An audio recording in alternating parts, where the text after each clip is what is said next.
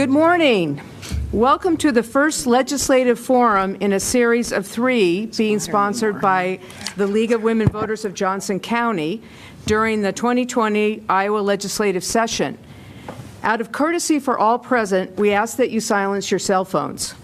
My name is Eliza Willis, and I'm a member of the League of Women Voters of Johnson County. The League is dedicated to educating voters on political and ballot issues. We encouraged informed citizen participation in government. Membership is open to both men and women age 16 and older. We invite you to join us. There are brochures about the League on the table in the lobby. These forums are designed to give local citizens an opportunity to discuss current state legislative issues with their elected officials while the legislative session is underway. Today's forum focuses on issues related to education. Co-sponsors for today are the Iowa City School District, Iowa City Education Association, American Association of University Professors, and University of Iowa Public Policy Center's Social and Education Research Program. I'd like to introduce our legislators. We have 3 senators here. Joe Bolcom, representing District 43. Morning. Kevin Kinney, District 39. Zach Walls, District 37. We're waiting for, we've got also 5 representatives. We're waiting for one to appear, Bobby Kaufman. I think he's on his way. District 73. Dave Jacoby, District 74. I think next is Mary Masher, District 86. Good morning. Vicki Lensing, District 85, and Amy Nilsson, District 77. So welcome to all of you. Thank you so much for coming. We will start the forum with 5-minute summaries from each of our legislators on recent legislative matters of interest to them individually, starting with Senator Bolcom, representing District 43. Well, thank you very much. Good morning, everybody. It's a pleasure to be here. Thanks the League, and we always kick off the winter forums with education, and I welcome all the co-sponsors. Thanks for being here. I guess we're pushing, 3 weeks next week, our 3rd week of the session. First week's a lot of speeches. We hear from the governor, the condition of the judiciary. We hear from the National Guard and learned a number of things through those different addresses. This last week, things are getting moving. We've had subcommittee meetings, a lot of committee meetings in the Senate. The Senate State Government Committee, I think Thursday, passed the constitutional resolution to ban abortion in Iowa. It's a process that takes several years, but Senate Republicans are wasting no time getting that moving. There was a bill, I think, got some attention to arm county attorneys. County attorneys need to be packing, apparently, when they're in the courthouse. And then I was on a subcommittee on a topic of synthetic urine. Apparently, people that do drug tests can buy synthetic urine and take it to the drug test. It's a topic I'd never heard of before. And creating criminal penalties for somebody that tries to fool a drug test by using synthetic urine. So that was interesting. So there are a lot of interesting topics, some good, some bad.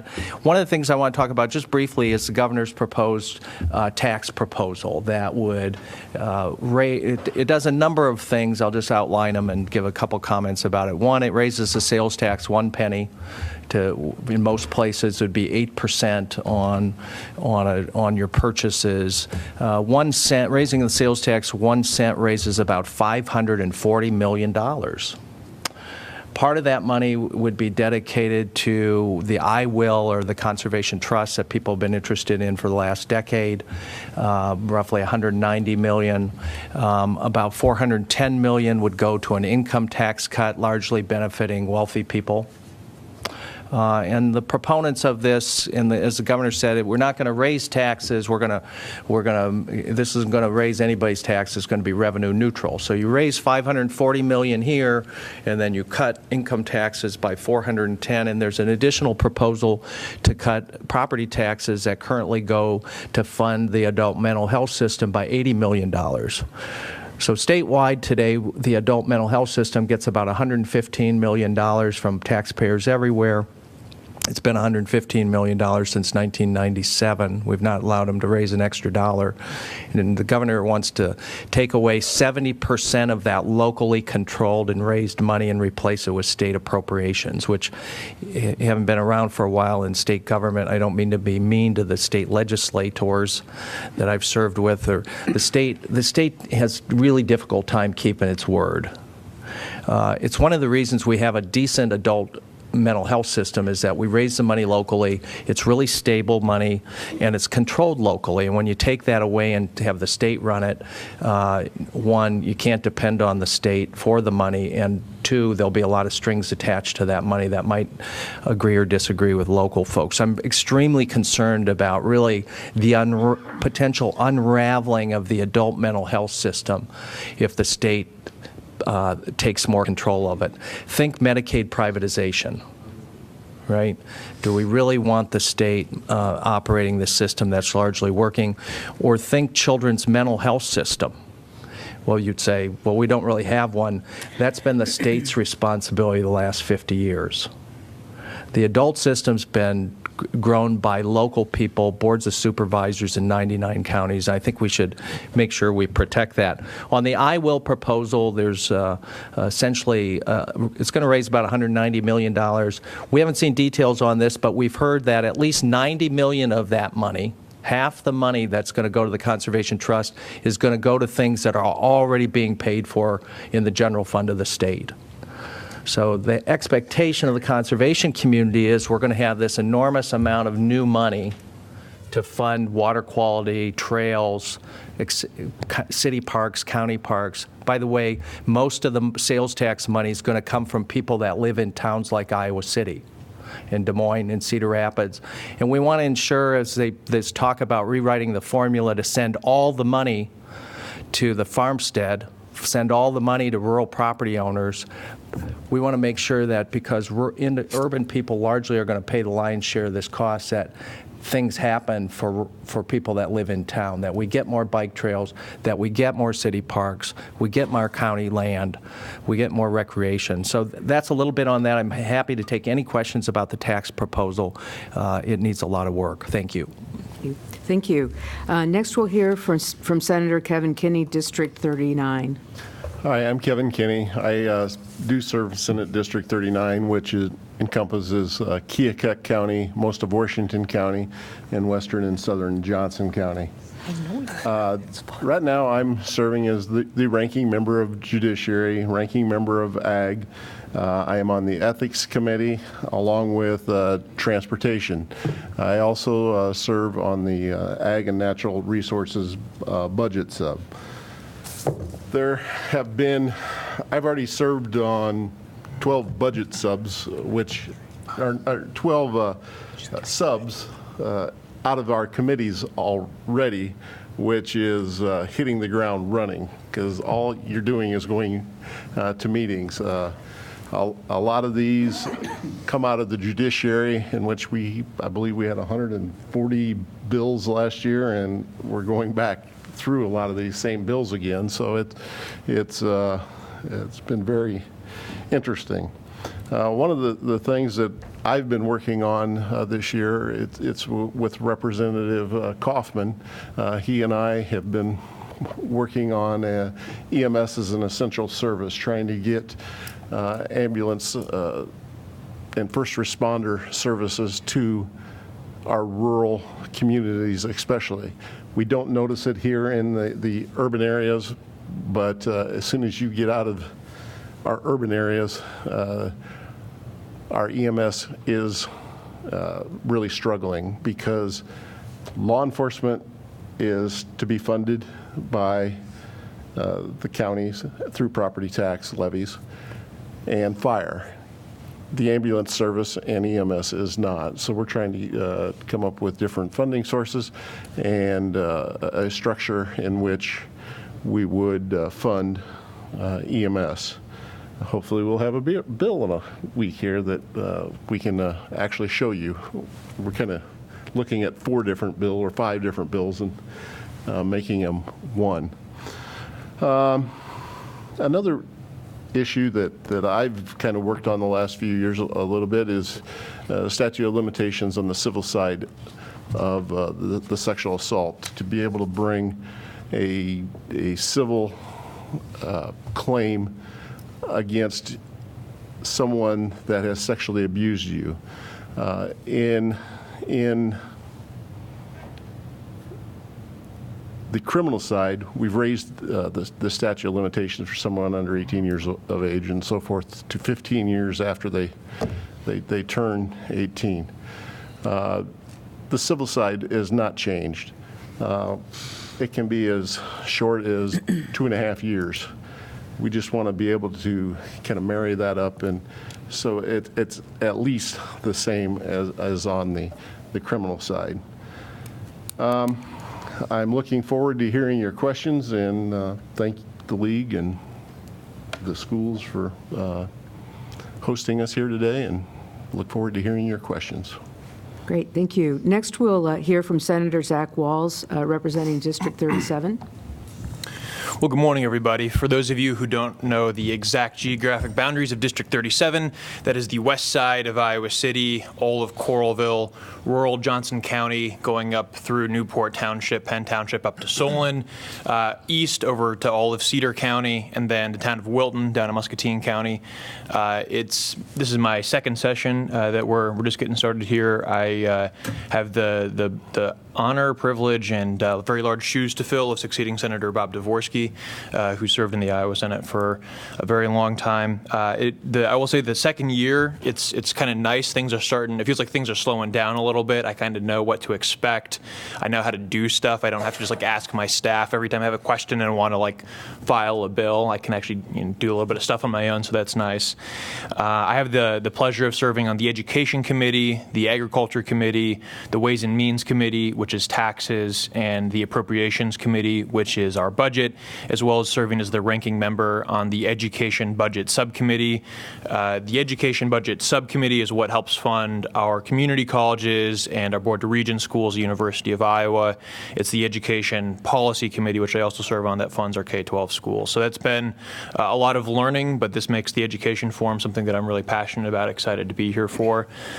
My number one issue for the session is going to be to continue to finish the work that we started last year on the issue concerning manufactured housing or mobile homes.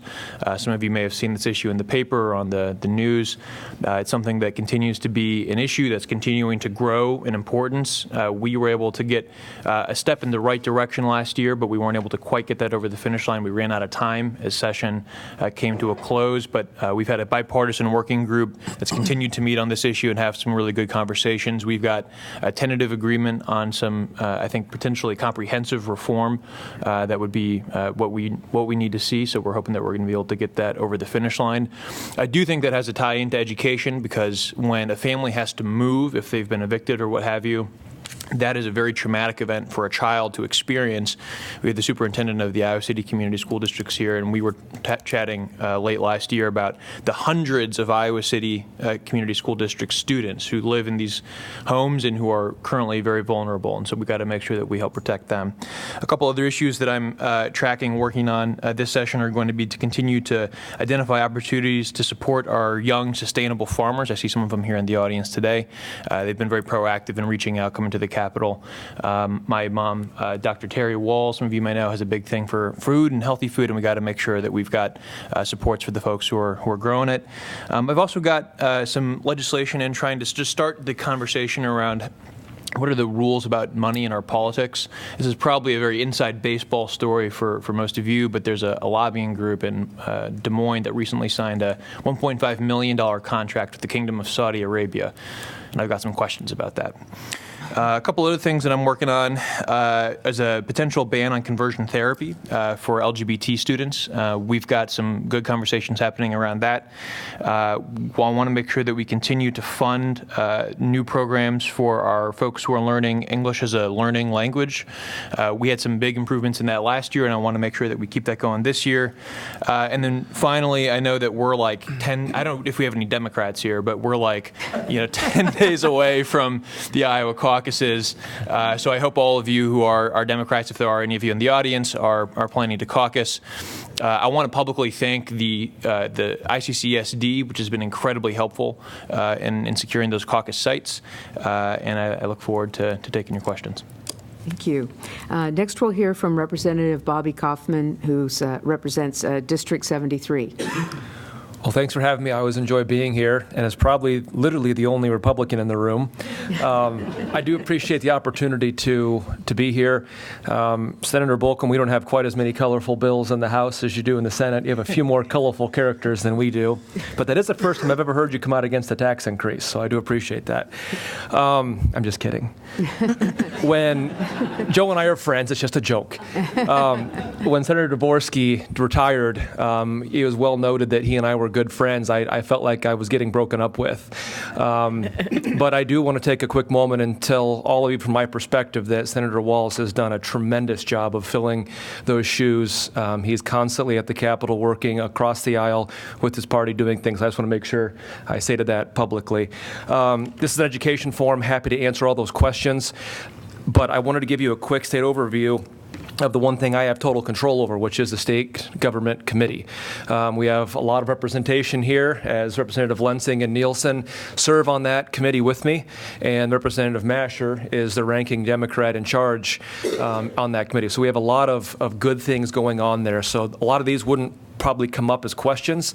So I wanted to list off some notable bills. I'll do them quickly so I don't use up my whole time, but then happy to answer any questions on them individually.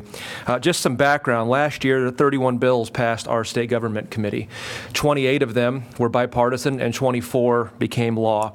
Probably our most notable bill last year, we had to fix the way that postal services recognized absentee ballots, and we all came together and passed a bill unanimously, both in the House and in the Senate, that got signed into law. So I think that goes to tell you what Republicans and Democrats work on in our State Government Committee.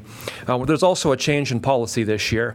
There's a new speaker, Pat Grassley. He's a personal friend of mine, and I made a request that we do things a little bit differently, that he has obliged, and that is that we traditionally, when Republicans are in control, Republicans run bills, and when Democrats are in control, Democrats run bills.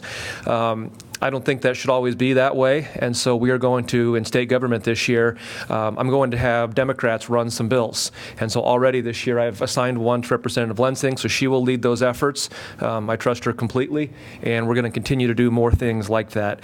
As Senator Kinney, I didn't mean to give you a downgrade, Senator.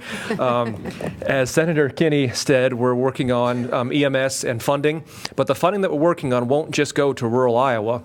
The funding mechanism in the HHS budget equalizes. All 99 counties get the same dollar amount.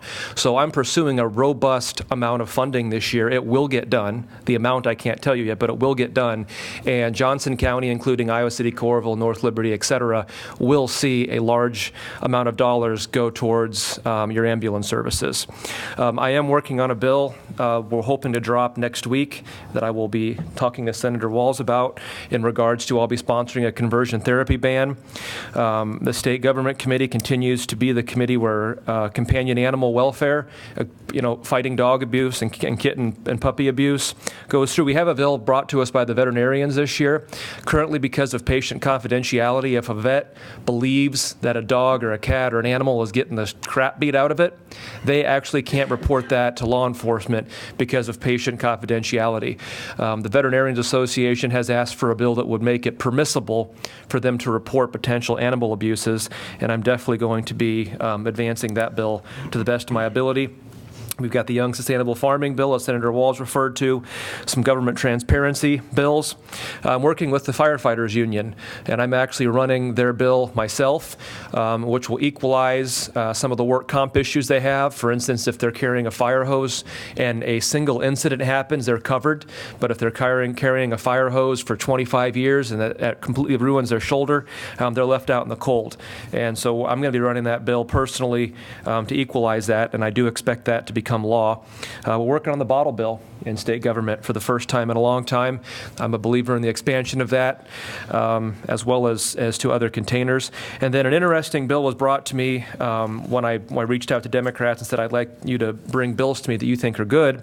Representative Marty Anderson has a bill that has to do with protections for people that are pregnant in the workplace. And so we're going to be working on those. And then finally, on a bill that's not in state government that I know is of interest to a lot of people here in Johnson County, is I'm in negotiations with the Senate to work on the felon voting rights bill that I passed last year. So thank you for having me and look forward to all of your questions. Oh, thank you. Next, we'll hear from Representative Dave Jacoby, who represents District 74. Thank you for hosting the forum this morning. And I just wanted to let Bobby know, after hearing his list, I have a change of voter registration card right here.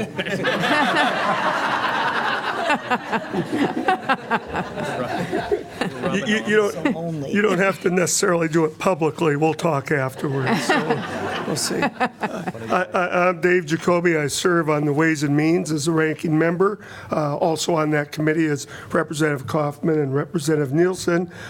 Commerce, Natural Resources, and Economic Growth. There's two things we're looking at this year. In terms of constitutional amendments. One of them is a constitutional amendment regarding abortion, and the other is a constitutional amendment on guns. I think it's very important for everyone to pay attention, fight for what you believe in, and as a baseline for me, excuse me again, I don't believe anything needs to be changed in our state constitution. Taxes are going to get quite some play this year. It is an election year after all, and I'm talking every tax you can imagine. Sales tax in terms of I will, property taxes, income tax, and corporate income tax. And it all comes to play in the I will bill. And I'm proud to say this is in the Democratic House caucus, we've appointed Vicki Lensing to run lead on the I will bill for two reasons. She feels strongly about the environment, and second of all, Vicki gets along with everybody. True. No one's ever said that about me. We like Vicki better. I know you like Vicki better. A couple things I'm working on. I did file a bill as far as improving the child care situation in Iowa. I call it the future zones because children are our future.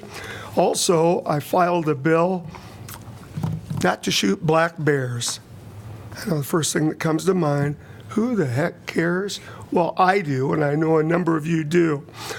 Black bear have been spotted in northeastern Iowa, and the bill simply says this, that someone can't see a bear in a tree and just decide to walk out and shoot it. That if the DNR and the legislature decides that there will be a bear season, then we have to have a designated bear season for hunting. But because they've moved into Iowa a bit, and frankly, I go up north quite often, I'm not scared of black bear. They're scared of you. And the odds of them ever hurting someone are tremendously slim. I just want a situation where they're protected unless we decide to have a season, and we can have that debate. Happy to report that the Midwest Rail Pact is seeing some life again this year. Both the Senate and House, both teams, Republicans and Democrats, are looking at that again. And the Midwest Rail Pact Association has deemed Iowa so important to the study of rail that they've forgone our $15,000 fee. Now, I think we could probably afford it, but it goes to show how valuable they think Iowa is in terms of the Midwest Rail Pact. I look forward to the discussion today, and I do want to thank everyone, not to be Davy Downer, but lost my dad a week ago, and my favorite veteran, Korean War vet, a guy who hung aliens, blow up aliens in his house, don't ask. He just believed in aliens and that there's a big cover-up. But what I really want to do is thank you and everyone for all the condolences and kind words that you've sent me and my family, and I appreciate that. Thank you. Next, we'll hear from Mary Masher, who represents District 86. Thank you, Eliza. I appreciate it. And thank you all for being here and the League for sponsoring these forums.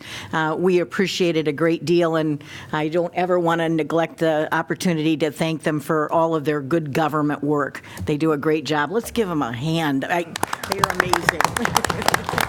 Thanks, Eliza. And then I wanted to thank all of the education groups that are here today. We appreciate all of your advocacy and what you do for the students in Iowa, both our youngest students with early childhood and then all the way up to our college students and lifelong learners who are elders. So I just wanted to thank everyone who's here, and we look forward to your questions. I did want to start off with just saying my district is House District 86. That includes the southeast part of Iowa City, the town of Hills, and University Heights. So that gives you kind of an idea of the boundaries there. I serve on the Standing Education Committee in the House. I'm ranking member on state government, as Representative Kaufman mentioned. I'm on full appropriations in the House, and then I serve on the Transportation, Infrastructure, and Capitals Budget Sub. So those are the committee assignments that I have this year. I wanted to start off with a big shout out to the Brain Research Building that's on the corner of Iowa Avenue and Gilbert Street. We had a dedication there yesterday, and it was a wonderful ceremony. They've been waiting 20 years for that building to actually be started and completed. And so Jody Plummert and Mark Blumberg and all of the college students who were there and celebrating the opening of that building. It was a great event and a good feeling to see that our state dollars are being put to work here in Iowa City and Johnson County. So I wanted to give a shout out to that. It was a great ceremony. I also wanted to shout out to Energy Efficiency Awards were held this week in Des Moines. And it's the Environmental Council that awards them. And we had three, let me say it again, three folks that got nominated and basically received those awards. So it was the Prairie Hill Co-Housing Group, Unitarian Universalist Church for the greenest church in Iowa, and then the Johnson County Solar Project. So we have a lot to be proud of here, and I'm glad to see the state recognizing the efforts that are made in this county towards green and renewable resources. So I want to make sure people understand that the state is seeing it too. On the Ed Committee, we spent one of our afternoons over at the Grimes Building. And they wanted us to get into the building because that's where the Education Department is housed, right? And so at that meeting, we kind of brought up the things that people were concerned about. And what came back to us time and time again across the state is the issues with children's behavioral and mental health, and what we need to be doing to support not only our students, but our teachers in the classroom. We know that it is an enormous issue, and as I said before, it's not just in Iowa City, it's across the state, and we're hearing that across the nation. And just to give you an indicator of that, our teacher prep programs, we always look at the enrollments there. They're down 25 to 35% in Iowa in terms of people going into education. That should be a concern for all of us. The other number that they shared with us, which again I think is an indicator of problems and concerns, they're having a 15% reduction in completion of students who start in the ed programs and then don't complete. So that's down as well. And again, I think we look all the time at what we can do to improve education. The governor proposed a 2.5% supplemental state aid, and many of you know that's our general operating budgets for our school districts, and it's extremely important. We always say that they need at least a 4%, quite frankly, in order for them to be able to continue with the programs they have, and then all of the stresses that we have in the classroom. We know that when they get less dollars, we see larger class sizes, which creates more problems for both teachers and students. So we obviously have a concerted effort and are working really hard to make sure we do what we can at the state level to support our educators and our students. I did want to mention that the universities had requested an $18 million budget increase. In the governor's budget, they were given 15. We're hoping that we can get back to that 18 because that, again, is part of the commitment that we made to them in terms of higher ed, that we would support them. So I'm hoping that that's something that we can do as well. Thank you. I saw the stop sign. Thank you very much. Next, we'll hear from Representative Vicki Lensing, who represents District 85. Thank you, and a special good morning to everyone, especially on a dreary morning like this one. I serve on state government, local government, environmental protection, and the Government Oversight Committee. And so some things that I've been working on, you've already heard from my colleagues who also serve on those committees. But let me tell you about a few other things that I'm working on. I'm working with my colleagues on water quality, which is a huge issue, and trying to figure out things that are doable, things that need to be addressed. Where can we go? How can we do it? And so we just started meeting, but hopefully in the next few weeks we'll be able to come up with some ideas on how to move forward on this. This is something that I think crosses party lines, and I think something that we all hear about in our districts. So I certainly invite any of you who have ideas or comments or suggestions to please contact me, because we are working on this pretty wholeheartedly. I am on a subcommittee on open meetings and open records. It seems like I've been on that subject for years, but we keep needing to tweak it to make sure that we are indeed open and transparent in our government. We had our first meeting this past week, and I think I've got several other subs coming up on it. But it's improving what's in law, and where there have been problems in legislation that we have passed, trying to correct those. The same could be true on legislation in state government I'm working on that deals with alcohol laws. Some things that we've passed work, some don't, some needs to be improved upon, so we are also trying to tweak some of those things. I've worked on the bottle bill, it seems like, since I was first elected, and including refunds and what types of containers and should we raise, could we raise. And so we've been meeting, I've been meeting with some colleagues on that, and hopefully we'll have something positive to move forward as well. I know that's something I hear from a lot of people in this area about, so again, I invite you to contact me if you have ideas and suggestions on that. Something else that I've worked on in the past has been felon voting rights. I worked when Vilsack was governor, and he issued a proclamation, which was only good while he was governor, to restore voting rights to felons if they have paid all their fines upon their release.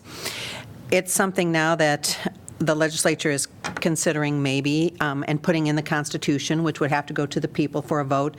And I think that's a huge issue, and I know we've talked about it on and off for years, it seems like, and it would be nice to take positive action on that. So again, I think if you have questions or comments, again, I would like to hear from you on that.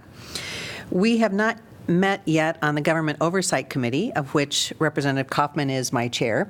I don't know if that's good news or bad news. Often we meet when there are problems, but also we have other responsibilities to receive reports from other government agencies, and I look forward to maybe meeting soon on the Oversight Committee. It's a great committee because it's kind of a catch-all, and it's certainly edification for all of us. We get reports and we hear from different agencies, committees we may not serve on. We get to hear about issues, positive and negative, that are happening, and so I look forward to them meeting. I also look forward to your questions. I know it's early, but there's a lot of things that may be on your minds, and I please encourage you to please ask them and get us started this session. Thank you. Thank you. And finally, we'll hear from Representative Amy Nilsson, who represents House District 77. Great. Thank you so much. Thank you to the League of Women Voters for hosting us this morning, and of course all of the wonderful work that you do on behalf of voters here in Iowa. Thank you to the education groups that are here, and I'm sure you guys have some really great questions for us, so I want to get to those. I, this year, have a little bit of different committee assignments. I'm no longer on local government. I know that seems kind of weird, but I am on state government, Ways and Means, and ranking member of the Commerce. We just had some pretty big bills drop in Commerce the end of this week, so I don't have a lot of specifics. The one thing that I am really will be digging into this weekend is a bill that would allow Iowa to apply for it's called a 1332 waiver to the ACA. We tried to do this in 2017, but ended up withdrawing the application. But late last year, there were some changes made that will open up new ways for coverage to be denied or reduced, including pre-existing conditions. So it's something that we need to keep a real close eye on, and hopefully I can let you know more about it next month. But like I said, it just dropped, so learning more about it. And that's pretty much all I've got. So looking forward to your questions, and thanks again for being here. Great. Thanks to each of you for those really informative updates on legislative issues. At this time, we'll begin with questions, starting with one from the League, and then one from each co-sponsor, followed by questions from members of the audience. So I'm going to start with the League question, which any or all of you who would like to answer this would be great, and it's following up on a theme that Mary Masher mentioned. According to the Learning Policy Institute, almost 10% of teachers pack up their desks for good every year. Numbers from the National Center for Education Statistics show there were more than 1/3 fewer students enrolling in teacher preparation programs in 2018 than in 2010. What can be done in Iowa to ensure that we will retain teachers and have candidates to fill future teaching positions in our schools? I'd say the first thing is to lower class size. We need to have teachers be able to meet the needs of their students, and we know that's really difficult when you've got large class sizes and kids with a lot of needs. I also think we need to have more services in the schools. Those in-school services for mental health and behavioral health are really important. I know our district partners with a lot of private entities to come into the school to provide those counseling services. Not all districts do that, and not all districts have the funding to be able to do that. So we need that children's mental health system to be funded adequately, and I hope Joe and others will talk a little bit about that, because we have the adult system in place. There are issues and problems with that, but we don't have a funding source for the children's system, and we need that to be able to make sure kids have services available in their communities. So I think there's a number of things that we can do in that regard. We've also talked about a poverty level increase for students who have poverty needs. We know that they are oftentimes are at-risk children, and they also are more likely to drop out of school and not complete graduation. So the more we can do to, again, help those students, and maybe having another kind of formula for at-risk and those students that are in poverty, to be able to identify that. So those are some of the things that we've been talking about. We need to stop talking about it, and we need to do something.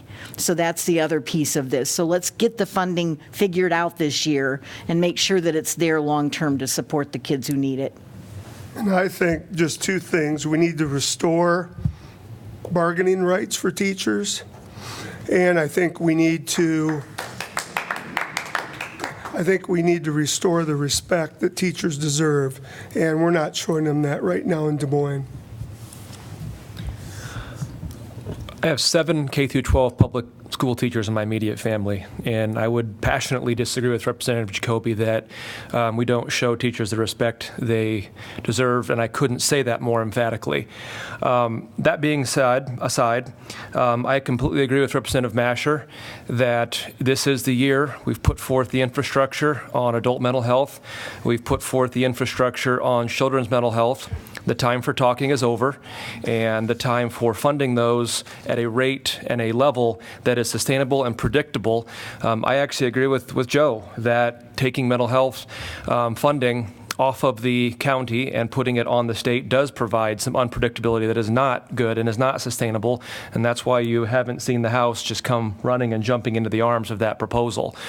So I think those two things would go a long way towards helping our schools. In addition to that, I also agree there should be a formula for at-risk and for those in poverty. I don't sit on the education committee, so I don't get to see these things on the front lines as much as I do other things, but I am lending my voice and support. It was the second thing I put in my column last week, and the things that I'm sharing with my caucus when we're having these discussions. Just a brief rebuttal, if I may. I too have teachers in my family. I have teachers in my family in both the public and private school systems, and I hear from them on a monthly basis how downtrodden they're feeling from people on the outside putting more on their plate when we're not giving them enough resources. So maybe we should have a family Thanksgiving together, and we'll see what the teachers hammer out after the day. Let's take you up on that. Okay.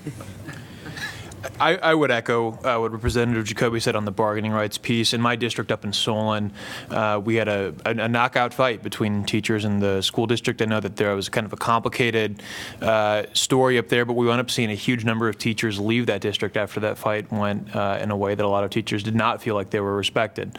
I don't know if we have any Solon educators here today, but I do know that was something that a lot of people were really concerned about. I think the question specifically is, how do we retain teachers in Iowa over the long term? And one thing that I want to make sure is on everybody's radar is the fact that we're going to be seeing some continued demographic challenges in this state over the next 10 to 20 years. Senator Bolcom and I had the opportunity recently to visit with some folks at the University of Iowa who, it's kind of their job to look at this 10-year horizon of enrollment for their institution. And we know that the number of 18-year-olds who are going to be graduating from an Iowa high school in 10 years is going to be dramatically lower than it is today. And the reason for that is that in 10 years, 18 years earlier will have been the start of the Great Recession, and folks stopped having as many kids. And so we have this big existential question as a state of how are we going to be making sure that we are able to keep these institutions of higher education open that are training our teachers and then trying to bring more people in from out of state. Now that's kind of a longer term 10-year plus question, but if we don't start talking about it now, we are going to be caught totally flat-footed by the time that actually hits. And so I think it's really important. And one of my top priorities being on that higher education budget committee is making sure that the governor's office is being briefed on this kind of looming demographic challenge that we're facing, and that we're taking the appropriate steps. And because this is going to apply not just to teachers, it's going to apply to many of our other highly skilled professions as well, whether that's on healthcare, on mental health services, and all kinds of things. So that's something that I'm really watching very carefully, and I think that we need some action on. Thank you. Anyone else? Yeah, I would agree.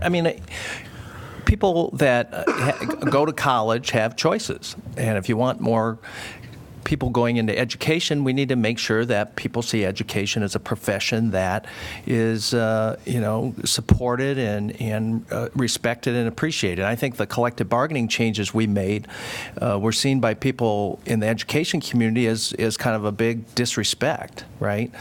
People want to know they're going to get a decent wage, that they have good benefits for them and their families. And in Iowa, we have this thing called IPERS, some income security or retirement security, right? We kind of undermine two of those three things with the collective bargaining. So, it's just like it's the economy, right? I mean, people have a choice what they're going to do with their lives and their professions. And restoring collective bargaining would improve salaries, improve benefits, which everybody in the workplace is interested in. I mean, I think the challenge to Iowa now is we're going to lose the teachers that we're training in Iowa to places like Minnesota where they can make more money, have better benefits. So, right, it's just like, let's wake up. If Iowa wants to have good teachers and retain them, it's about how do you treat them. I agree with Representative Masher on the class size reduction. When somebody's in a classroom, and they need to be able to manage it. They need to be able to feel like they're making results with the kids. And if the class sizes are so big, it's a challenge. And then the third thing, this is a more macro thing, we have to deal with poverty. There's too many families with kids arriving in those classrooms, and we expect the schools to solve all the problems. We need to boost family income through the minimum wage increase. If we're going to do anything with a regressive sales tax, we ought to be boosting our earned income tax credit, which goes to families in poverty and as a help. So we've got to do more to put more money into these families' pockets. It will help a lot to have their kids be successful. Thank you. I think to underscore what's already been said, today's schools are not like the schools we went to. I think our teachers do more than educate. They have to be aware of needs that our kids have, whether it's poverty issues, whether it's food insecurity, whether they have learning disabilities. I think we place more responsibility in our teachers' hands than they're adequately prepared to deal with. And I also think it's recognizing the mental health issues we see today are not the same as there were 20 years ago, maybe even 10 years ago. And so our teachers who spend, 6-8 hours a day with our kids, see and can identify more things with our kids maybe than we can. So I think any way that we can help support educators, some of it's funding and some of it's policies we can put in place, sometimes I think we need to listen to our educators and do what we can to keep them doing the good things they do, whether they're required to do it or not, for our children in our schools. Thank you. Any other? Okay. Well, thank you all very much. Now I'd like to invite the co-sponsors of this forum to ask questions. And could we start with the Iowa City Community School District? And please mention your name. Morning, I'm Charlie Eastham. I'm a member of the Iowa City Community School District Board of Educators. There are 2 or 3 other school board members in the audience this morning, so I may get corrected as I go along here. And I also want to say that I'm speaking simply as myself as a school board member and not for the school board or the district itself. I want to talk this morning. I'm sorry. Can you speak up? Oh, I'm okay. There you go. Thanks. Thank you.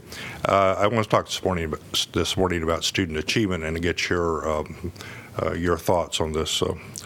On what the school district is doing here. We recently received the Iowa statewide assessment of student progress for 2018 and 2019. I think the board has this in its packet for our upcoming meeting. In the area of English language arts for 11th grade students, the number of students or the percentage of students who are proficient on that on this assessment for the Iowa City's Community School District. For Black or African American students, 32.5% were proficient. For Hispanic Latino students, 47.7% were proficient. And for white students, 80% were proficient. Those numbers are very comparable to the statewide average. These academic achievement disparities, which this is just simply one example, have been consistent for more than, in my view, more than 2 decades. Probably much longer, and over periods of higher and lower school funding. The Iowa City Community School District has recently adopted, we did this at our last meeting, a comprehensive diversity, equity, and inclusion plan because the district believes that all students can achieve at high levels and that equitable classrooms are essential to their success.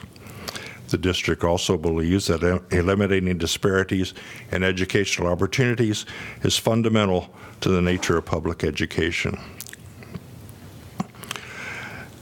I would like to ask your thoughts, especially members of the various legislative educational committees, on what you believe that the state can do to assist this district and other districts as we attempt to eliminate student achievement gap disparities.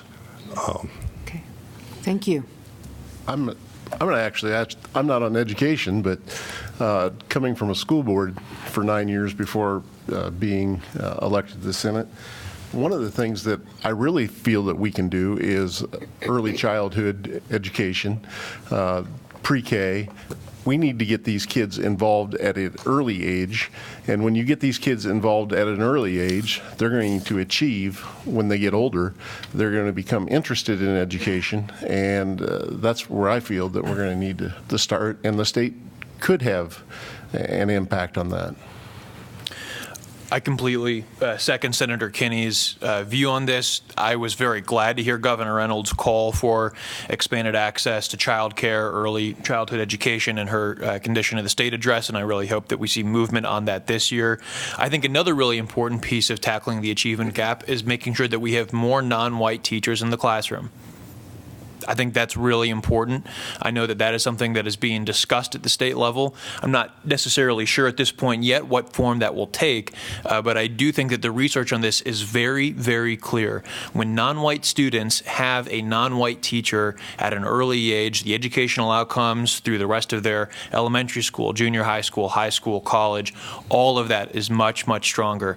I still remember the first non-white teacher I had, Diana Henry, who I don't see here today, but I know that she is a legal League member. She was my social studies teacher in the 5th and 6th grade at Weber Elementary. She was a phenomenal teacher. But if memory serves, she was the only non-white teacher at Weber Elementary. And especially in a state where now we've seen since 2010, 40% of Iowa's population growth has come from immigrants, from refugees, from places that frankly don't look a lot like Iowa. We got a lot of work to do, and I think that making sure that we have more non-white teachers in the classroom would be a really big step in that direction. I just was going to add to it, I agree totally with the previous speakers that it is early childhood education and it is recruitment and retaining our African American teachers. I know the district has been paying a lot of attention to this, Charlie, and I know your school board members have been passionate about it. I know the teachers have been entering into that discussion and debate as well, and they're trying to help with what they believe should happen within our district. There are districts right now, and I know ours has worked on this as well. They call it a grow your own kind of a system where we're looking at our associates and identifying those who are passionate about students and learning and education who are minority paraeducators and recruiting them into the teaching profession. I know in Des Moines, they actually help those folks with tuition so they can get the education that they need. And then they also provide that education in the school after they're done with their paraeducator responsibilities. So they actually have educators, professors coming to the school and teaching after the hours and making that available so the students are able to get that education for their teaching degrees right in the building where they teach. So I look at things like that where they're thinking out of the box and trying to identify what can we do to provide those role models so kids see people like themselves in those educator roles. So I think it's really critical. It's important. The early childhood efforts that we've done here in this community with the chamber and our ICAD group, and then the Women's Foundation has been working on that. Zach's a board member on that. They're looking at what can we do as a community in Johnson County to provide those early childhood opportunities. We're the only county in the state that does not have that local option sales tax. Wouldn't it be a great idea to use a portion of that for our poverty students and our early childhood programs so we have more available for the kids who need it? Because you're right, the sooner we intervene, Representative Kenny, in a child's life, the better off they all are. So those are the solutions, and I think you hit it on the head. I also think that one of the things that that we can do, and this comes from my experience on serving at the Iowa City Community School District Equity Committee with Charlie, but also the CDAC committee, is we need to be a lot more culturally inclusive. And I think that the last couple years, the legislature has not made people who look different than me feel welcome here in Iowa. And I think that we need to stop being scared of bringing other cultures and other ideas into our classrooms and into our curriculum. I listened to many mothers when I was sitting on the CDAC committee come in and talk about how, because they're refugees and they don't understand, Iowa, they don't understand the United States, they understand that their kids are going to go to school and get an education, but they don't understand the framework, the organization that we have set up and the rules. And so I think that talking to people who are of different cultures and who are of different ideas and beliefs is hugely important. And that I think that at the state level, we need to start looking at putting a little bit more pressure, at least, if not mandating, that schools actually start that conversation, open that dialogue, and be more culturally inclusive. I think there's a tremendous amount of energy given by teachers already on this topic, which is fantastic. Personally, there's a teacher in the room that helped my youngest daughter stay in high school because she was struggling. It's also about belonging and connection. And that's where our teachers are doing a fantastic job with the resources that they have. one of the stories that sticks with me the most as I work with the STEM Hub and doing STEM and K-12s is an 11th grade young woman up at Metro High School. And she joined the robotics team. And I had sat with her for a minute talking to her and said, "What made you join the robotics team?"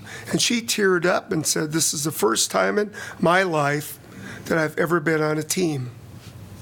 Now, coming from a place like Johnson County where you have tons of teams, I have a closet full of dance outfits that I will sell you. But here I realize with this young woman, she talked about her life a little bit, and as a 17-year-old young woman, had never had the opportunity to be on a team, and a teacher had asked her to be on this robotics team, and when she teared up saying this is the first time she's ever been on a team, that's when I thought, we keep talking, class size is the number one of importance, but again, respected our teachers, because they are on the front line, and they're doing everything they can to make children and students feel involved. And when she told me her story, I said, sometimes maybe we're overthinking things. We have to go right to the core. And I talked to the teacher at Metro High School who brought her in. And that's what we need to do with all students. Make sure that teachers and school districts have a mechanism to bring the kids in and feel like they belong to something. I want to preface my comments by stating that I would be supportive of a school that had 100% teachers of color, 100% teachers of non-color. I'm not going to sit here and try to dictate what those are, but I am going to push back pretty strongly on the notion that only a white teacher can teach white kids and only a teacher of color can teach kids of color. I find that to be absurd, and I have evidence to prove it. My aunt has taught second and third grade for over 20 years in a largely urban area. She has rarely had a classroom that is not 50% and over minority children.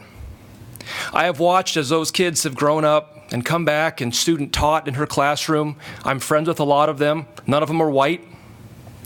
And they have said that she and the things that she was able to do to relate to them was tremendous. So I'm not going to assign a specific color that you need to have students being taught in a classroom, because I think we can do both, and I think teachers of color can teach white kids, and I think that white teachers can, you know what I'm trying to say. I just have to respond. Representative Kaufman, you're absolutely right. White teachers can teach Black and African American children or Hispanic children. That's not the point. For African American children to succeed, they need role models that look like them. And that's what this is about. They need to see people that can be successful teachers in a classroom, and they can be African American.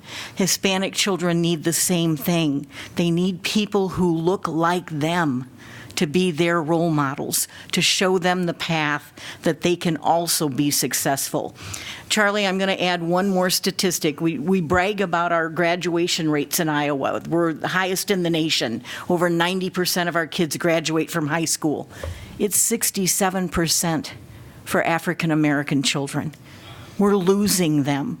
So while your aunt may be teaching those kids, not all of them are graduating. And our white children have a much higher rate of graduation as a result. So we, as a society, need to provide those role models, and I think it's really important that we discuss this and talk about it, because if there were African Americans in the room, they would all be shaking their head and saying, yes, this is what needs to happen. So thank you.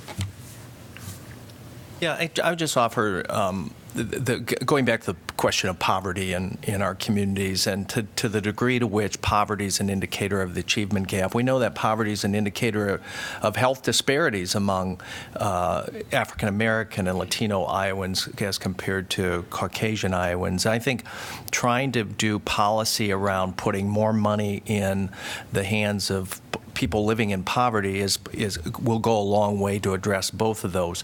We've had really good bipartisan support for this thing called the Earned Income Tax Credit. It's a federal policy that puts money at tax time into people that are really poor, the poorest people in our communities, and it's probably the single most important program in the country that actually lifts households out of poverty. The state piggybacks on the federal policy, and actually it's one of, when we talk about tax credits, it's one of the tax credits the state spends the most money on. This year we'll spend about $73 million of state money, and it'll go to a couple 100,000 households, those households that make around $50,000 or less.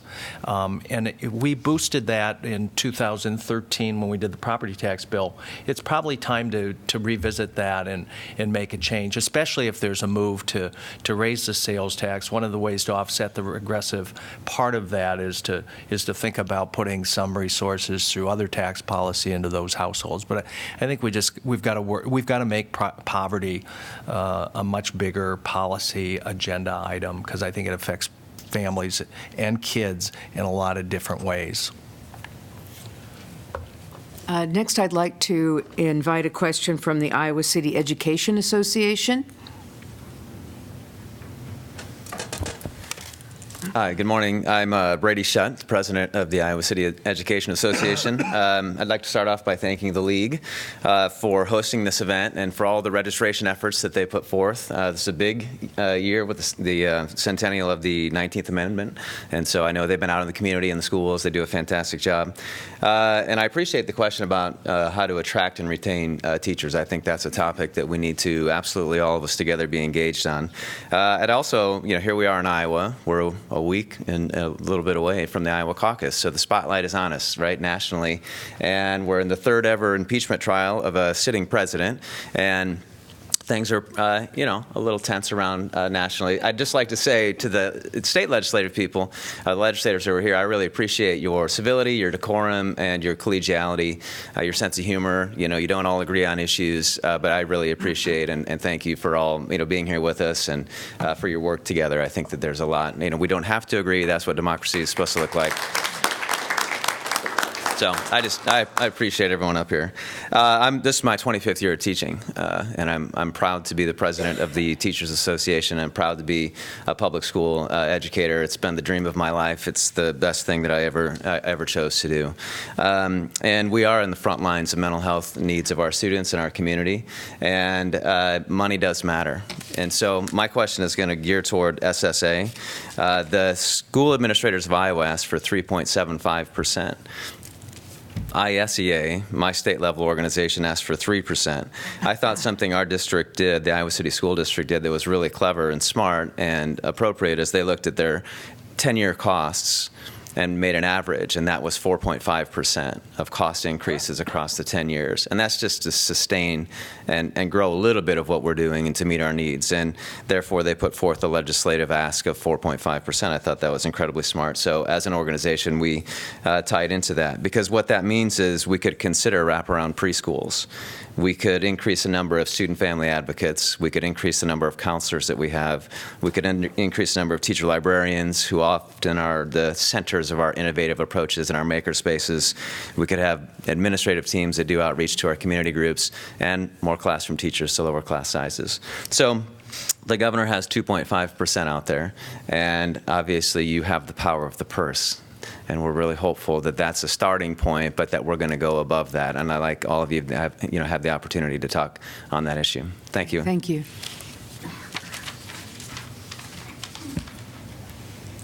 I think the 2.5% is a number that is affordable and reasonable.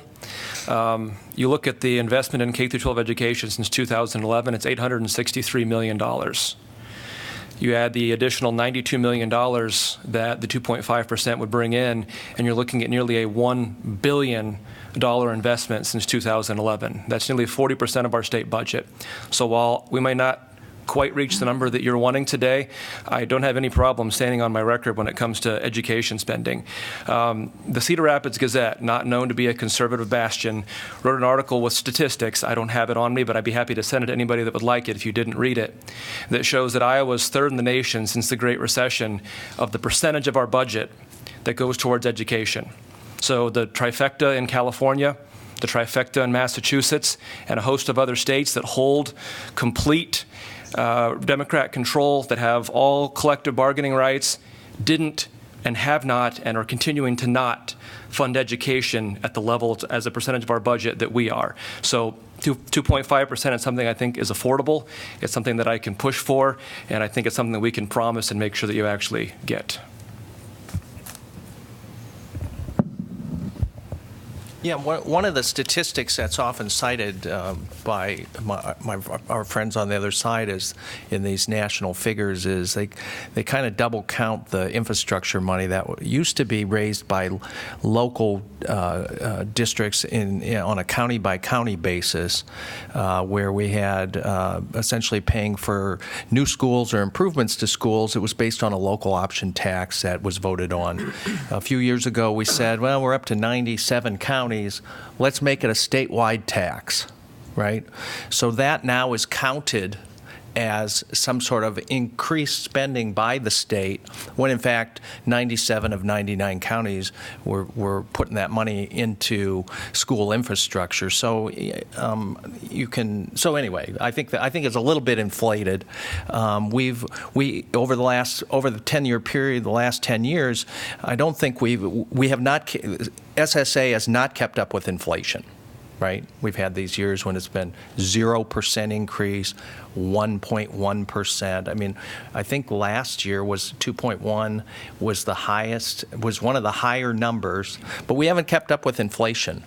One of the reasons things are a little bit chaotic in our schools is class sizes have grown, behavior and mental health problems have grown, English language learners have grown, and to keep up with what kids need, we actually need to beat inflation by a sizable amount. And so, you can add up these numbers and say we're doing this, but let's just go into Iowa classrooms, let's talk to Iowa teachers and take their temperature on how things are going.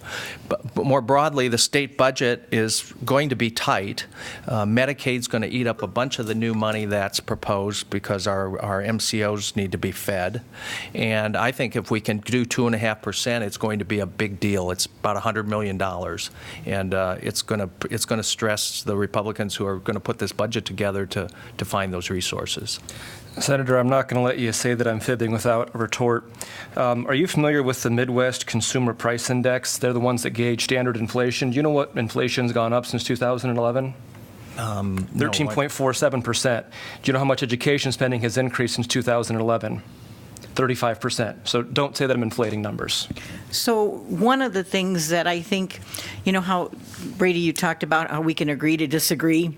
One of the things that has happened with our education funding is in order for us to get the dollars that the education community needed, there had to be property tax relief. And so they count that as well in the education funding, even though not a dime goes to the schools to fund their programs. It goes to reducing property tax at the local level. So we need to be honest with taxpayers when we talk about education funding. Yeah, that goes into that education pot, but it doesn't go to schools. I'm just kind of incredulous sometimes when I hear this, because those of you sitting in the audience may not know that. A number of educators do. I know our superintendent, Murley, knows that, and I know our school board members know that, because what you do all the time in order to get the funding, then you had to do the property tax. That was the only way it could go through. And so we've agreed to a lot of this in order for us to get a little bit, just a little bit, that goes towards schools. And that's what we did with the Save Penny as well. A portion of that has to go to property tax relief. It doesn't go to the schools. And so we need to be honest with people about where the money is going. Thank you. So I think that there are a couple of ways that you can cut this, right? You've got inflation, you've got SSA, we've got stuff happening to the sales tax, save penny, local option sales tax. One of the things that I really appreciate about being a new legislator is that you get to just ask lots of questions, like why are we here? Like what's going on? What are these numbers? You know, I wasn't here in 2011, I wasn't here in 2013. And at a recent education forum, Charlie Eastham, a newly elected member of the school district, asked, you know, well, what should the number be? Kind of a novel question. Well, you know, kind of setting aside what things are, where things have been, what should it be, right? So, I think the parallel here is like, what do we want in our education system? Understanding that we have relatively, you know, there are limits on resources. We don't have, you know, a money printing machine, right? We're not the federal government. What are the desired federal or our desired state outcomes in education? And I think that we can go into a classroom today. We have really great, facilities. We had this great bond issue here in the ICCSD. We're making some big improvements compared to when I was at West High, and I'm sitting there after lunch in Mr. Kerpus's classroom falling asleep during freshman geometry because it was so darn hot that I couldn't, you know, bring myself to stay awake. And I think that you can see that class sizes are growing. Virtually every school district in the state of Iowa has a deficit on special education. We know that even though we have some of these big improvements happening to facilities, things are not where we want them to be.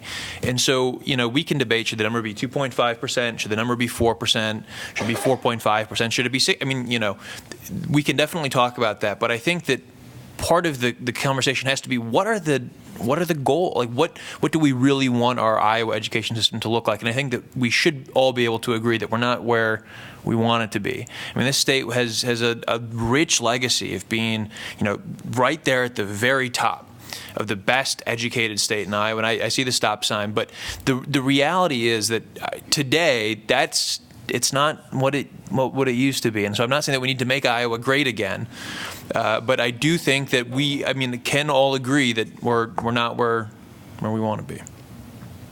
Well, the other choice we've made, that Republicans made in 2017, well, you know, we have this money that you all give us, and they decided to do a tax cut in 2017 to the income tax. Over a 5-year period, it took away $2.1 billion away from the state revenue. Now, there's no question that K-12, we've invested in it, and it's a lot of money, and it grows. And when you add it all up, Representative Kaufman's done that, it is a lot of money.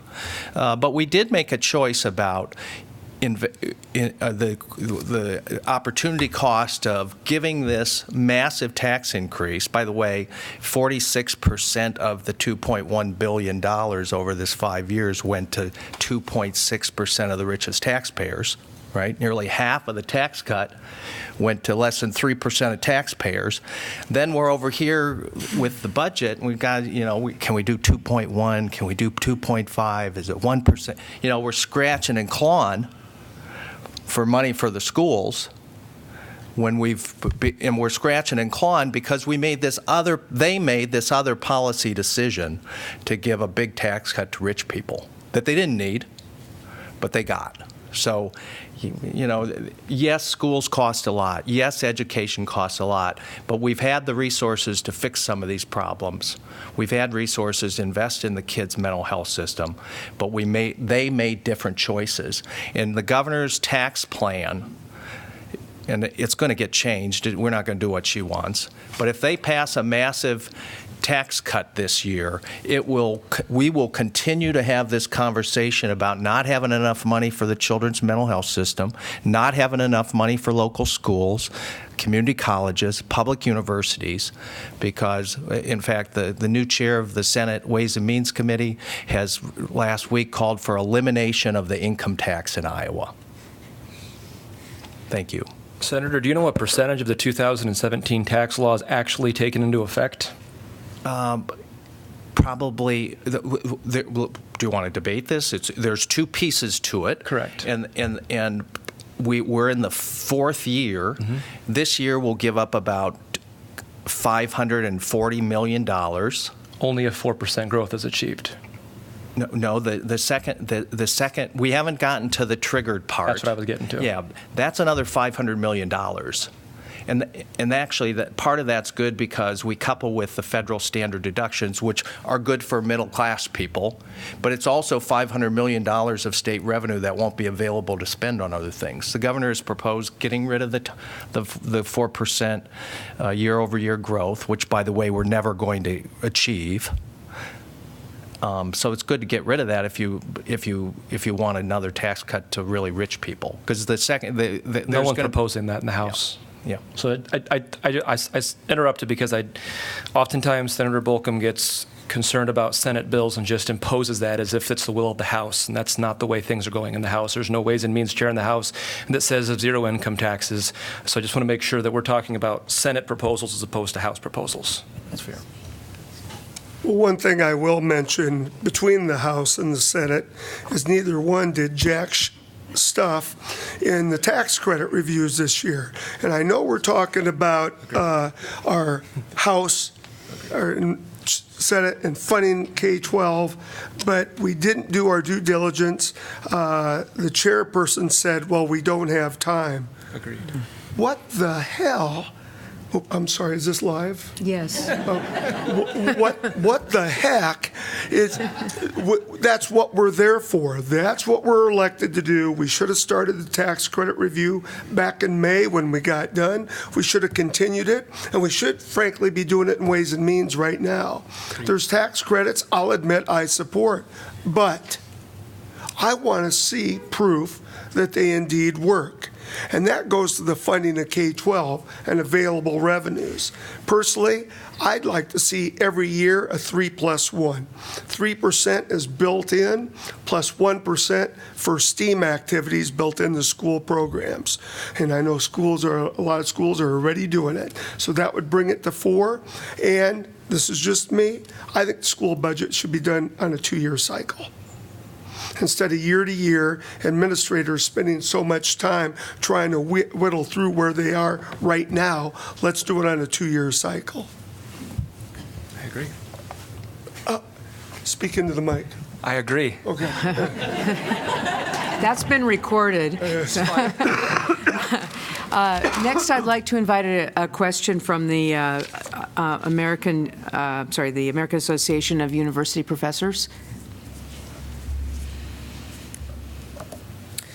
Hello, everyone. I'm Lauren Glass, professor of English at the University of Iowa and president of the University of Iowa chapter of the American Association of University Professors. I want to thank the League of Women Voters for facilitating this, and thank you all for making your time to listen to your constituents' questions. A lot of people don't know that more than 50% of the classes at the University of Iowa are taught by faculty who are not on the tenure track, which means that they cannot and will not benefit from the job security and due process rights that those of us on the tenure track do receive.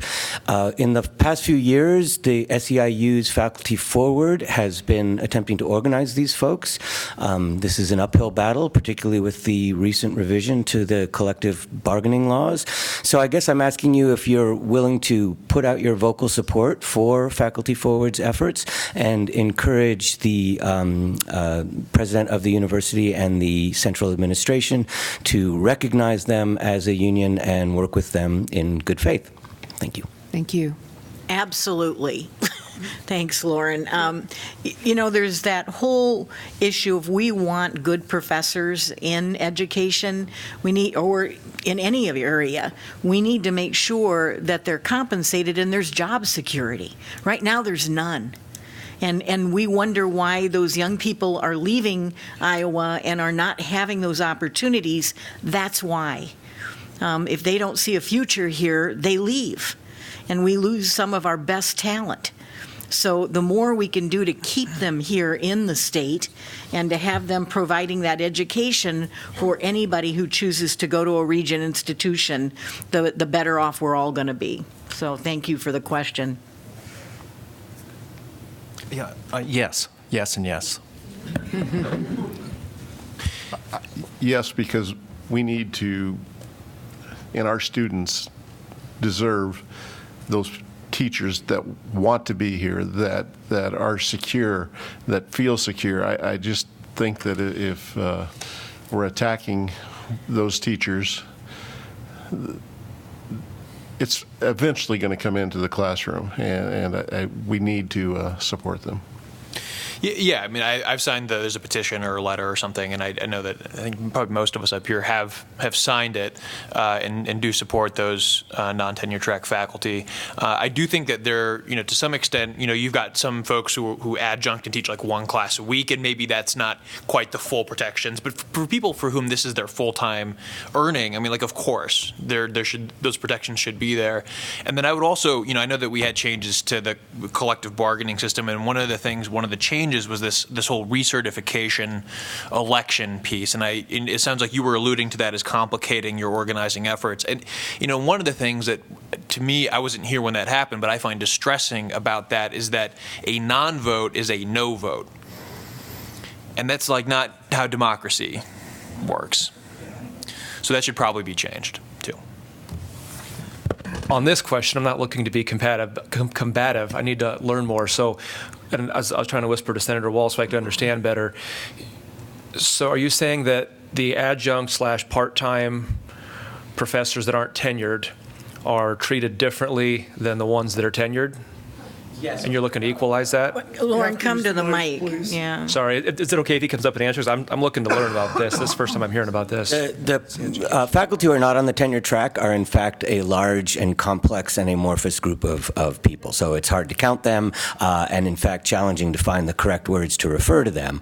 But it is important to know that a lot of people are teaching full-time twice as much for half as much as the tenured faculty. So it's true, there's a lot of people at the business school just teaching one class for actually a lot of money. And then there's a lot of clinical track people who have different sorts of guarantees. But there is a sizable group of people who are teaching full-time jobs, dedicated to these jobs, who are not on the tenure track, will never get tenure, and then will never benefit from the kinds of job security and the due process rights that those folks get. And those folks, the full-time folks not on the tenure track, those are the folks that are the main target and organizational base for the faculty forward efforts, which is a national group, right? So SEIU has this arm of their organizing that is working to organize specifically this growing population. We're not the only state in the union, obviously, that has this challenge. So it is true. It's not. There are a number of folks who are adjuncts or non-tenure track people who are perfectly happy with their jobs because they're just visiting for a semester to teach at public policy or whatever. And I don't think those folks are worried about their benefits or their job security. It's more the contingent faculty teaching full-time, not always knowing from year to year what their job security is going to be, whether they're going to have a job. I will say that the university has made some good faith efforts to respond to this, so this is not like a deep critique of everything that they've done. But they certainly don't want to recognize a union for these folks, right? There's resistance to that, and a lot of them do want to have union representation through SEIU. Thank you for that. So, Representative Masher, would this be along the same lines of the firefighter union issue that I'm supporting, where we're just making their work comp rise equal to what everybody else gets? Is this the same kind of orbit? Yeah, that's exactly the way it is. She knows what I'm getting at. I would love to learn more because I'd be open to signing your petition and helping push for it, because to me it's just about all the different faculty being treated the same. Great, we'll communicate. Okay. And if I haven't signed, make sure I sign before I leave today. But Senator Walls brought up a key component of that collective bargaining bill, that people sometimes don't follow the full consequences.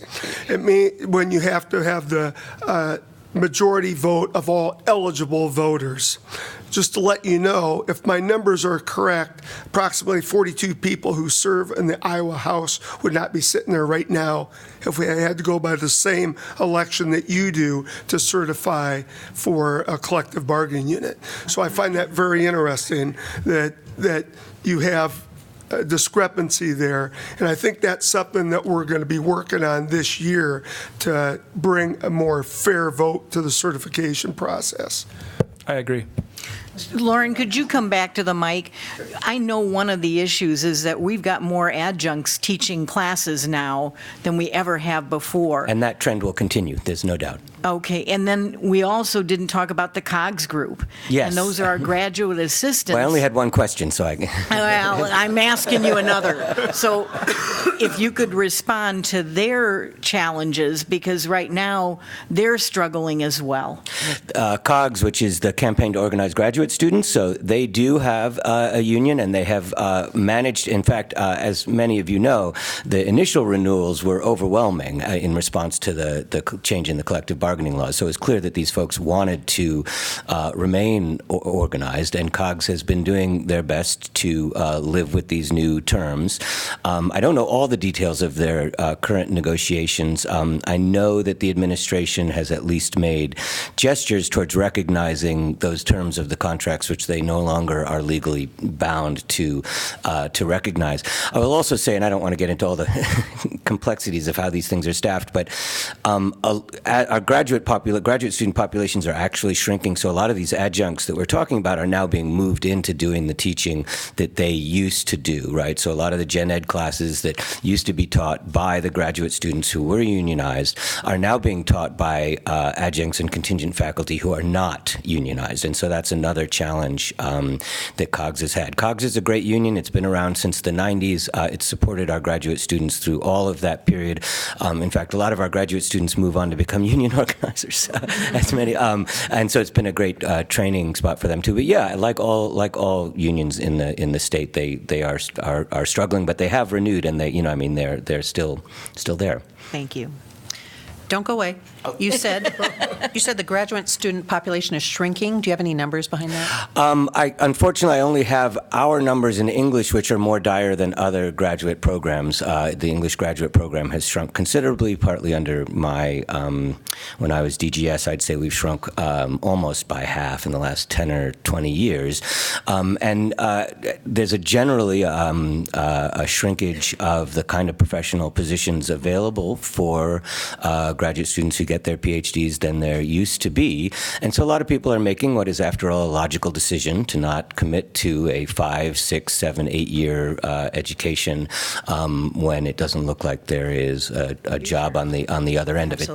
This unevenly affects different disciplines. I don't know how it is in chemistry or physics or whatever, although I don't know of anyone who's growing. So overall, across the country, the population of graduate students is shrinking, but with different percentages depending on what college or department you're talking about. Universities in general have been less willing to commit to tenure-track jobs, so even disciplines that are healthy and continuing to thrive as centers of professional knowledge, there are still fewer of the types of jobs that we have traditionally trained people for. Thanks. Yeah, I mean, I think as state support to public universities, not only here in Iowa but across the country, has grown, you still have to have faculty, right? Yes. And there's a cost thing going on here, right? They want adjunct and part-time and folks that aren't recognized for tenure track. Is really a failure of state legislatures across the country and here in Iowa to adequately fund this university. So they have to do these exotic things to have teachers in the classrooms. And it actually led to the university signing this P3 deal, which essentially had them borrowing $1.165 billion over the next 50 years in order to use that money to bring a little bit more resource to the campus. Yeah, I have an editorial in the DI yesterday responding to the P3. I welcome the money, but I deeply object to the privatization of a public institution. I'm philosophically opposed to that. So we back to the tax question. We had this opportunity cost. We said Republicans said we're going to give all this money to these people over here, and then we look over here and we open the cupboard doors, and the cupboards don't, things are kind of thin. We just don't have the resources. Lauren, the only good thing I think that could come out of P3 is the fact that those union workers who are at the physical plant will be able to organize under the federal collective bargaining law because they're private now. Yeah. Oh, and they interesting. would not be subject to our restrictive state bargaining laws. Unintended consequences. Exactly. And they are working on organizing those folks. That's great to hear. And it's an enormous benefit for them. Yeah. Because they'll actually be able to work under the federal bargaining law, not the state. I think it would be good if we would move on to the last co-sponsor question so that we have time for questions from the audience. And the last question will come from the University of Iowa Public Policy Center Social and Education Research Program. Yes, hello. Thank you all for being here today, and thank you, League of Women Voters, for hosting this. My name is Rachel. I'm a graduate research assistant at the Public Policy Center. During the last 5 years of evidence-based and data-driven partnerships with the Iowa City School District and University of Iowa, we have developed policies in which institutions commit to diversity, equity, and inclusion in education that surpass federal and state compliance, making strides in addressing disparities in student experiences by race, sexual orientation, income, and gender. For example, we recently worked with the school district to form their diversity, equity, and inclusion plan through a data-informed, evidence-based, and inclusive process of decision-making. We actually formed a development group made up of students, parents, teachers, community members, administrators that address things like Charlie mentioned, reducing the opportunity gap for structurally disadvantaged students. And in another example, the LGBTQ task force worked with the district to release administrative guidelines to provide plans for things such as privacy, names and pronouns, and inclusive curriculums. These policy statements exhibit a future-focused and student-driven vision and provide a basis to dedicate funds and develop programming specific to serving structurally disadvantaged students. The question is, what will you do to advocate a similar display of proactive leadership in the Iowa education legislation? Thank you.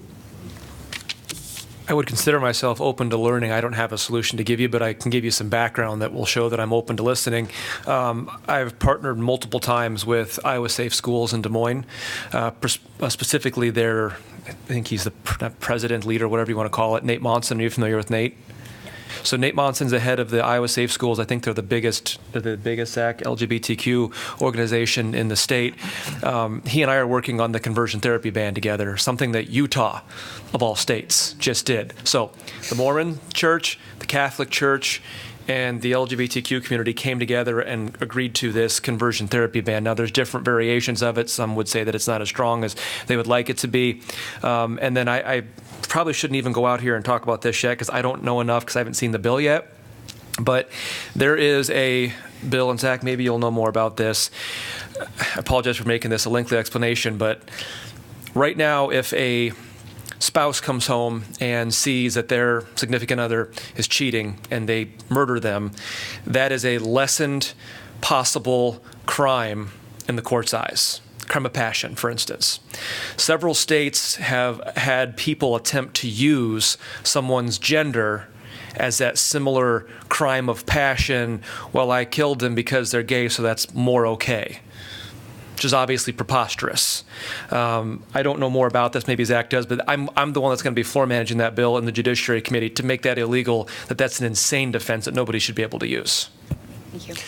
So the gay or trans panic defense is something that I introduced as an amendment last year to a bill. It was ruled non-germane. We're introducing it as its own bill this year. We've got that bill requested in the Senate. Glad to hear it's going to hopefully move in the House. Zach, could you repeat the term? Gay or trans panic defense. The idea being that, somebody hits on you, they're gay, you panic, you kill them, and somehow that's like defensible, which obviously it's not.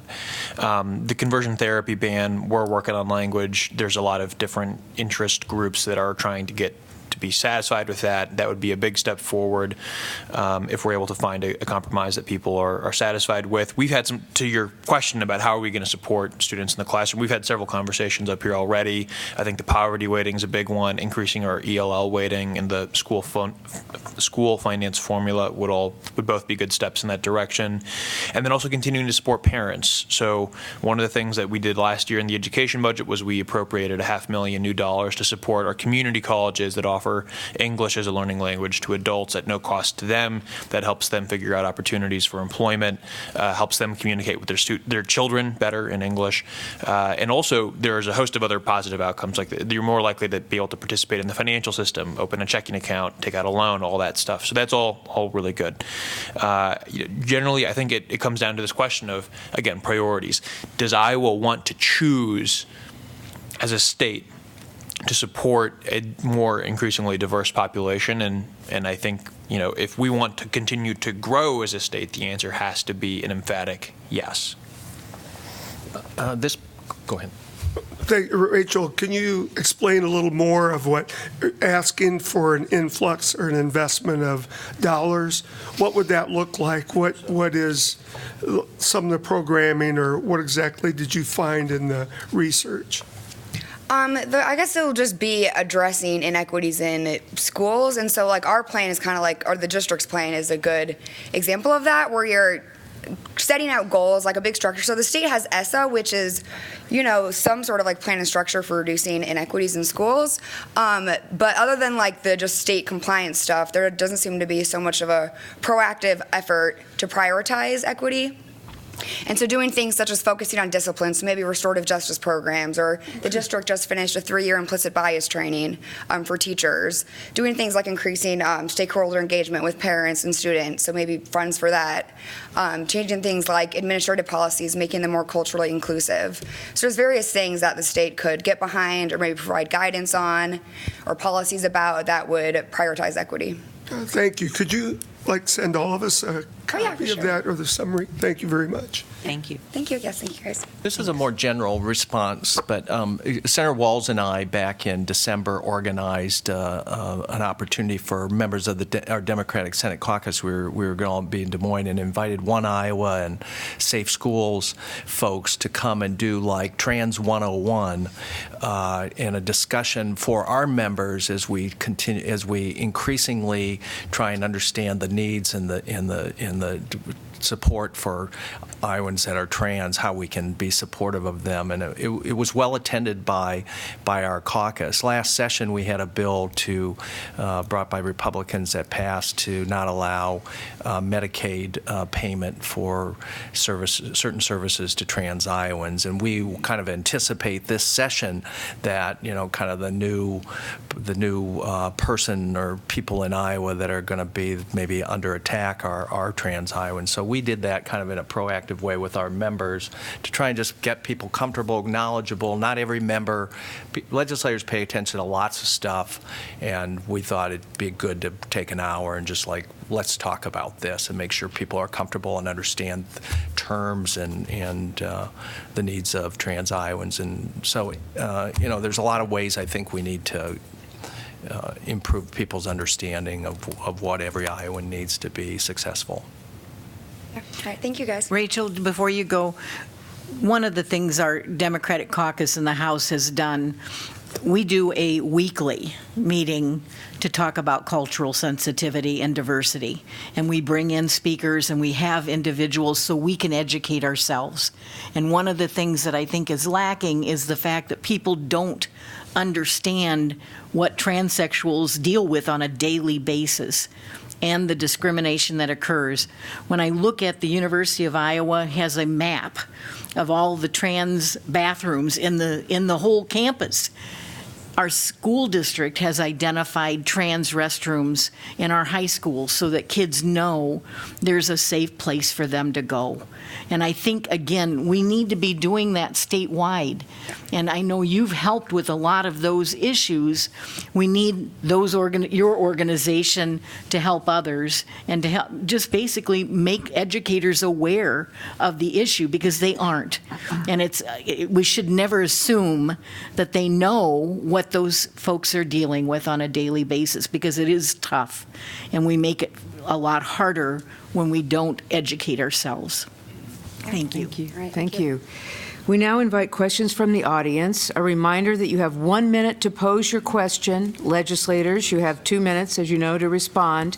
In order to maximize the number of questions, you will be timed. You have 1 minute to state your question, so please keep to that. If not, I'll have to prompt you to do so. Please be respectful. As you come forward, please speak directly into the microphone, introduce yourself, and if you're representing an organization, tell us which one. And you may direct your question to any or all of the legislators. Thank you. Go. Jeffrey Lauer here. I'm the CEO of the Brain Injury Alliance of Iowa. I've worked with many of you. Thanks to the League. Thanks to you for being here on a Saturday morning. I am on the MHDS Commission here in Iowa. I've been 30 years with the Brain Injury Alliance of Iowa. I have some lived experience of a father of a daughter who survived and thrived through 2 brain tumors, 2 surgeries, and brain radiation. I'm chairperson of our United States Brain Injury Alliance. We've seen an uptick in hard cases. I want to just end with a question about long-term services and supports, but I also need to just preface it by saying climate change. Before anything else, I just want to point out that we haven't heard about it today, and if climate change continues, the needs of vulnerable Iowans are going to be even more hard to address. So on your radar screen, please. I also farm out at the Johnson County Poor Farms, so yay for the farmers who are here. We've got a helmet law, lines law, that's going to be dropped soon by Representative Brown Powers. I hope you can take and support that. It would be for 17 and under for motorcycle and moped use. We have workforce issues in Iowa with direct service around Medicaid and home and community-based services. We have a managed care system that has put the profits of private businesses ahead of the needs of people with brain injury and their families. The long and the short of it is, my question to you is, as we try to accommodate and adjust to the needs of people in Iowa who have a requirement for long-term services and supports, how will you and how do you intend to try to make this system of Medicaid less worse so that people have accessible, accountable, available, affordable services that can help them avoid institutional placement and live well with their disabilities? Thank you. Thank you. Climate change is bad. We've got to do more on renewable energy. Caroline Found is a friend of mine. I support Alliance Law. And on the long-term services, we need a carve-out from the privatization scheme. No doubt about it. Carve-out for long-term care, no doubt. Iowa's privatization of Medicaid was highly unusual in that most states that have done Medicaid privatization have carved out certain populations. Iowa didn't, and that's driving a lot of the problems that we're seeing in the system with a lot of the I think, unexpected, really high cost and growth that we're Will seeing. you be proposing that in spending. legislation? I'm not on that committee. Yes. Senator Bolcom, I know that's something that Democrats have proposed this in the past. It hasn't gone anywhere. Thank you. I think couple things. I was disappointed that the governor spoke for nearly an hour in her condition of the state and didn't mention climate change as an issue facing Iowa agriculture or any of us. That was a disappointment. Clearly, it's an issue. Good news, though, the governor made a really good hire and a new DHS director, Kelly Garcia. She's got her hands full right now dealing with the mess down in Glenwood and Woodward. The U.S. Department of Justice is there. But she's going to be in Iowa City next week to meet with providers at our talk about the Access Center, talk about adult mental health, visit some providers. I think as she gets more knowledgeable about this issue, we could use her help around the issue of a carve-out for people with LTSS in that LTSS population, people that need long-term care. Mm-hmm. The governor is the decider on this. She's been unwilling to take a look at this. I hope that her new director, we've spent some time with, is really sharp. I hope I don't have to go back on this at some point. But maybe we can get some help from her to see the value of moving in a different direction with this population. Thank you, Senator Bolcom. As someone who's ridden motorcycles for almost 50 years, oh, God, I just feel so old when I said that. At 50 years, I do strongly believe that our under 18 should be wearing helmets. I've actually introduced legislation twice now trying to get 18 and under kids to be required to wear helmets. It has not gone anywhere in the Senate. It has never been called up to be even discussed. I talked to many of my fellow legislators, and have given them stories of sitting there holding someone in a ditch as they are seriously injured, and some of those people do not live. I've had friends of mine who's had kids that have been seriously injured and have lost their lives. And if they would have been wearing a helmet, especially when they're learning to operate these machines, it would have been a much better outcome. There was a great group of high school students from this area that came last year and lobbied. I hope we see them again this year. I hope we do too. Yeah. Maybe we can move on. We've got a lot of people in line The asking only questions. thing I would say, I'm the radical among the group. I believe everybody should be wearing helmets, Jeff, so there you go.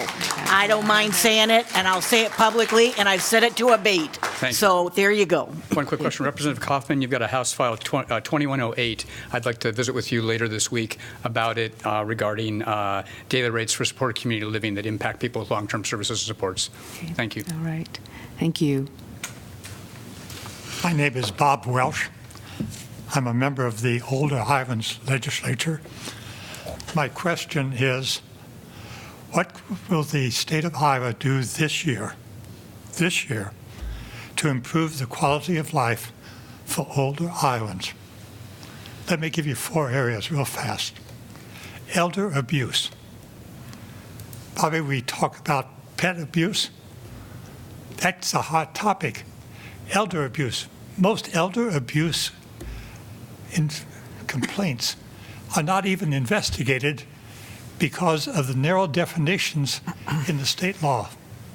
A person like myself feels that Iowa needs an elder abuse law that protects all persons 60 years and older from all abusers, from all types of abuse in all settings.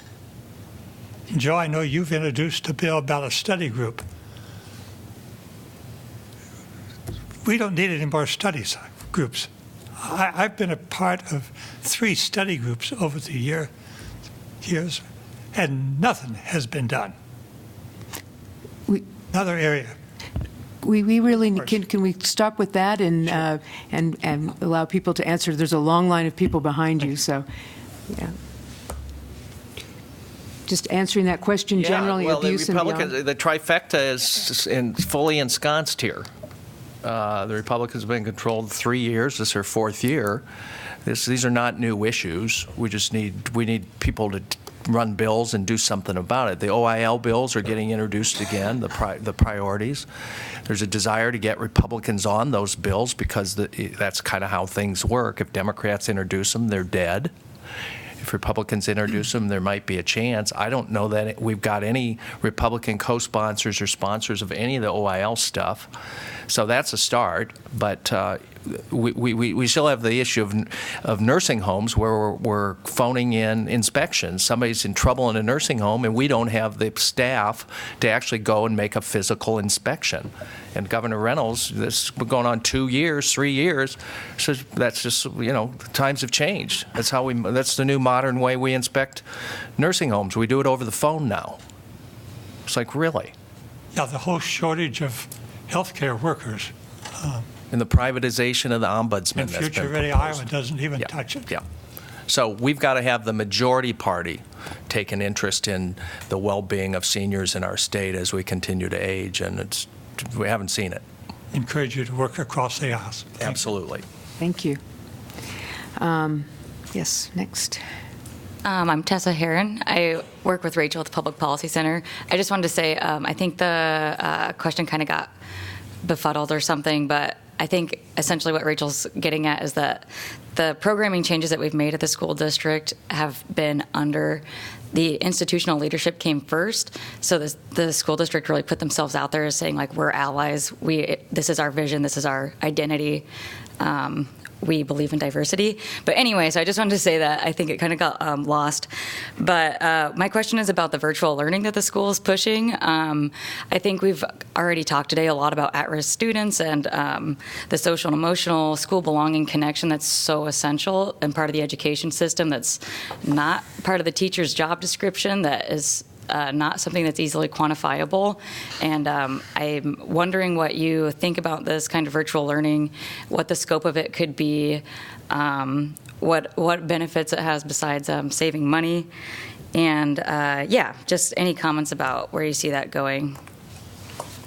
Well, last year we didn't fund Iowa Learning Online. There's a $500,000 appropriation that was zeroed out last year. I think that you're seeing the Des Moines area public schools have a virtual learning program that they're using to offer classes online.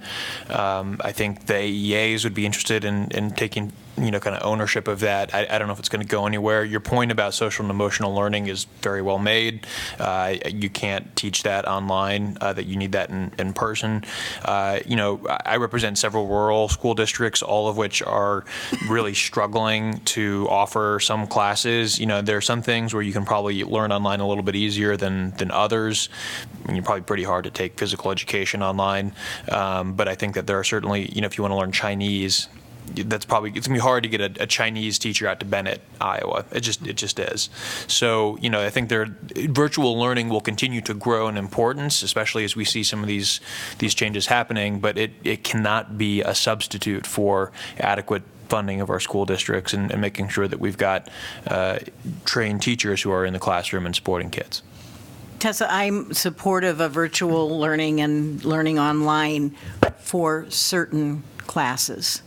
I don't believe it's the solution for K-12. I think kindergartners online is ridiculous. And it's embarrassing to think that we would support that as a state when we know screen time for that age of kid isn't the best anyway. And so I look at some of the things that we've allowed, those programs that we had for the K-12 learning online, Clayton Ridge and CAM, 40% dropout rates, 60% dropout rates. Now, if that was a K-12 school district, and guess what, Tessa, they keep the money. So even though a kid drops out, they might drop out after a month, the district gets to keep the money the whole year. And those online, out-of-state learning companies are pocketing that dollar. So you tell me how successful that is.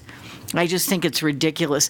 Obviously, we can't offer all of the offerings to high school students across the state, so we do foreign language programs. We have a number of those that make sense, but not for kindergartners. I don't know how you do PE online, do you?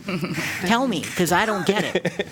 Yeah, I was just wondering if it's a kind of a pilot that people are envisioning growing, I guess, but it seems like I've seen it growing. Mm-hmm. Thanks, okay, well, thanks. Thank you. Our time is running short. Maybe we have time for a I think couple audience of questions are more important than closing statements. Yeah. Agreed. Yeah. I wasn't even going to give you a closing statement. Good. We'll try to limit our comments, yes, but Eliza, so we'll- maybe one of us just answers. Yeah, okay? why don't we do that? That was Okay. Zach's closing statement. Hi, my name is Ann Ben-Dixon. I just want to point out that I was a Kirkwood adjunct for 13 years, and it was the sole source of income for my family of 3. And during that time, I was not able to get unemployment during the summers, yet school bus drivers could. Okay, but that's not my question. My question is this: why don't Republicans like public schools? It's a ridiculous question I'm not even going to give any credence to. That's an absurd question. Of course we do. Of course I do, and I've given you the testimony that shows alternatively. You're going to get nowhere in K-12 public education asking questions like that. That's my answer. Okay. Hi there, my name's Susan Villata. I live in Swisher. Youth vaping is an epidemic. 2 things that work to prevent youth initiation of tobacco products and help users quit are strong public policies restricting the use, and then higher taxes, of course. So while there's a bill to include electronic smoking devices in the Smoke-Free Air Act so that you can't use them in all the same places you can't smoke, which I do hope you'll all support. I was just made aware of a bill that Representative Steve Holt is working on to treat vaping products like the tobacco products they are and be taxed the same. Currently, they're not. Wondering if any of you would co-sponsor that bill to tax electronic cigarettes like other tobacco products. Yes. Yes. Yeah. Great. Thanks. Okay. Hello, my name's Randy Milam. First, I'd just like to try to unpack a little bit of what was said today. One thing that was said was that the schools, tax money for the schools, sometimes goes for infrastructure, building new buildings, and that sort of thing. That's a local issue.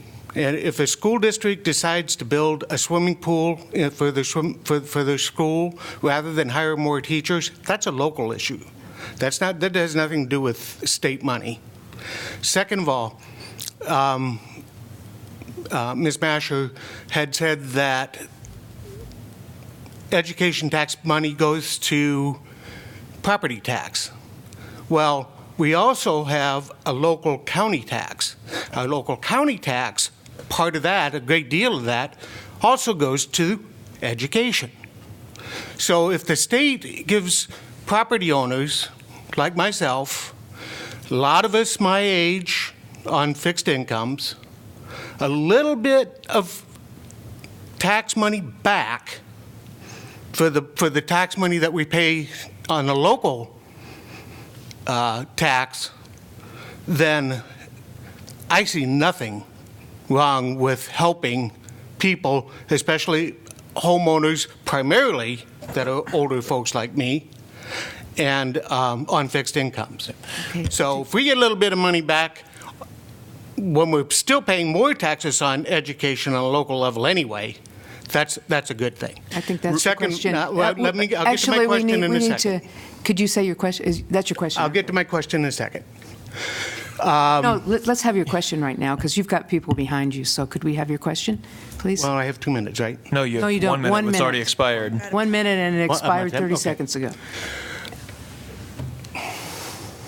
Okay, my question is, I've also heard it thrown out that taxes was primarily for the rich. That's blatantly false. It's mostly for small businesses. They're not rich.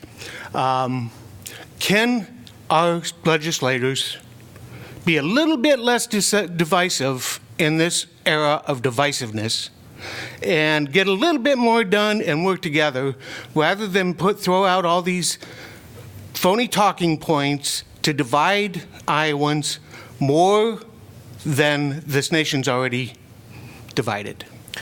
You just asked us to be less divisive, and then you just said that we're all throwing out talking points. Well, when you say something like taxes is just for the rich, that's a talking point, because it's not true. Low-income people in Iowa pay a higher share of their income as taxes than the wealthy do. That's our point. Randy, to answer your question, I think that a lot of us up here in Iowa do things a lot better than Washington, D.C., and we actually do work together, and I'm pretty proud of that, so thank you for asking that question. Appreciate it. Okay, I think this will have to be the last question. My name is Andrew Bartholomew, and my question is specifically for Representative Masher. Wait? Okay. Sorry, wait, go ahead. Go ahead, sorry. No, you're fine, you're fine, go ahead. Start over if you would. Start please. over, it's okay. Okay. Just for Representative Masher, we see occupational licensing burdens disproportionately affecting low-income people and particularly people of color, especially in areas like Iowa City. Would you be supportive of reform on unnecessary occupational licensing, especially when we look at such as barbers, who are one of the worst state for barbers? They have to pay $20,000 in education just to earn the right to perform a job that only pays $27,000. Absolutely, and I've been a champion trying to get the barbers and cosmetologists together to try to reform some of their requirements. We also look at plumbers and electricians and some of the things that we've done to make it more difficult for people who have been in prison to be able to take those jobs. And so we're working on that as well. The governor had 4 proposals. We're looking at those all very seriously. I think they'll come through state government, and absolutely, I am very supportive of looking at those and making changes. Excellent. Thank you very much. You're welcome. We will stay as long as we need to let everybody, I know you may have to wrap up. I have to wrap, but we can have you go, I think we have another minute. Let's go. Yes, go. Nancy Porter, known by several and appreciating every one of you. Thanks for being here. Today, I'm Grandma. Grandma of grandson David, who came all the way from Madison, Wisconsin, from his job to door knock today. So we'll do that this afternoon. Grandma of a granddaughter in college wanting to be a music teacher, who came to Iowa looking at several colleges. And of course, as grandma, I wanted her to go to school here. It happened to be the year that the legislature voted to get rid of our collective bargaining. I admire what's happened here in Iowa City. We have leadership in the union, the ICEA, that works with our administration, and it's working, but generally not across the state. Well, her mother, my daughter, decided this was not the state that my granddaughter needed a certificate for, because if she did get a job, what was she going to get out of it? Not a guaranteed pension, not a guaranteed right to discuss what was going on in the classroom. Anyway, she's back in New York, and she's happy, and she will be a music teacher. But Nancy, do you have a question? Yeah, the question is. Upon my graduation from college, I was very active in the education program. I tutored disadvantaged students for my last 5 semesters in college. Every summer I worked as a camp counselor. I was looking to be a teacher. But upon graduation, I was given a pretty stark option where I could work in healthcare because I took one statistical coding class and make 50% more than what I would make as a teacher. So the job market is telling me I am too valuable to be an educator. So my question to you is, do you agree with that? And if not, how would you change that? We need to, we need to fund the schools and make teaching a profession where people can make a good living, have good benefits, and good workplace environment. I don't know why people think that in every other field, money determines stuff, but in public education somehow we can lowball everybody and get quality people. So it's about making sure these are good jobs, good benefits, good work environment. I run into this question from my own daughter, who's a social worker in Chicago. She goes, why don't people value social workers? Why don't we value teachers? I do think we should support these types of people that are going into these fields. And I'm glad you're here bringing this up. I guess follow-up question, would you do anything specific so that people like me in the future might choose to go into education as opposed to fields that the job market has determined to be more? What was the other job? I work in healthcare IT. And I make, just for reference to make sure you know I'm not like some CEO or something, I make between $50,000 and $60,000. Yeah, I don't think it's the government's job to say, hey, health care IT workers, you shouldn't make $50,000 to $60,000. I don't think it's the government's job, right? We have a free market in this economy. However, there's no doubt that the starting salary for a teacher being $35,000, that doesn't make any sense. It's not competitive. So look, we've had a long spirited debate up here about school funding. You've heard the perspectives on it, but we should. But you've also illustrated the point that was made earlier. Right. So thank you. Thank you for being here. We all think Nancy's great. I do too. Deservedly so. I will just repeat what I've said. I believe that the priorities of a state are reflected by the checks they write. The check that the state of Iowa writes, the biggest one too, 40% of the budget, is to K through 12 public education. So, David, lowering class sizes, making sure teachers have the supports in the classroom to meet the needs of their students, more services for behavioral and mental health in the schools, making sure that we have early childhood for all. Yeah, I appreciate that too, because I know a lot of teachers in my family, and I can tell you their job is much harder than my job. Oh, and restoring collective bargaining. Restoring, but now it was mentioned that we invest 40-some%. We used to invest 62%. So that tells you, you got a great first name. Thanks for being here. All right. Okay. Well, thanks to all of you, those with questions and those with responses, for a very informative session. Thanks to all of our co-sponsors, Iowa City School District, Iowa City Education Association, American Association of University Professors, University of Iowa Public Policy Center Social and Educational Research Program, and to the local television staff for filming this event and live streaming it on the League's Facebook page. Rebroadcasts of this forum will be run on Iowa City Channel 4, Coral Vision, and North Liberty TV. See their respective websites for programming. We also appreciate the use of the Iowa City Council Chamber, Horvath Hall. Our next forum will be February 22nd from 9:30 to 11:30 a.m. at Coralville City Hall. The focus will be environmental issues. Please join us. Thank you very much.